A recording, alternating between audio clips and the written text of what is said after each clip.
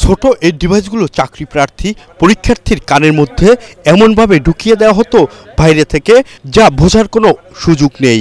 আর বিশেষ পদ্ধতিতে গেঞ্জির মধ্যে থাকতো সিম।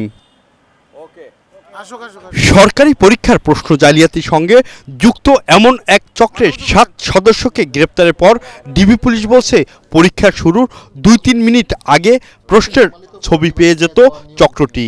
পরে বাইরে থেকে একের পর এক উত্তর বলে যেত তারা। কেউ না কেউ কেন্দ্রের একজন পরীক্ষা শুরুর সাথে সাথে মোবাইলের ছবিটা তুলে বলে, পরীক্ষার কেন্দ্রের যে দায়িত্ব, উনি যদি ছবি তুলে বলে কারো হয়তো কিছু করার নাই, তুলে উনি ওই চক্রের কাছে পাঠিয়ে দেয়। ওই চক্ররা তাদের সকল ডিভাইস নিয়ে একটা জায়গায় বসে থাকে, পাওয়ার সাথে সাথে সলভ করে তখন তারা আবার ওই টেলিফোন করে, আর ওই টেলিফোনের ডিভাইসটা যাদের কাছে থাকে তারা তখন শুনতে পায়। তারা কোনো কথা বলবে না, তাদের কানে বাজবে, তা সে শুধু দাগাবে। প্রতিটি পরীক্ষার প্রাথমিক ধাপ পার করে চাকরি প্রত্যাশীদের কাছ থেকে নেওয়া হতো 5 থেকে 6 লাখ টাকা। কারা কারা জড়িত, কারা টাকা নিয়েছে, কারা মাস্টার মাইন্ড হিসেবে কাজ করেছে, কারা কোন প্রক্রিয়া কাজটি করেছে, আমরা সকলকে ধরে এনে আমরা মানুষকে জানিয়ে দেব যে পাপ করলে এটা ছাড়া হবে না।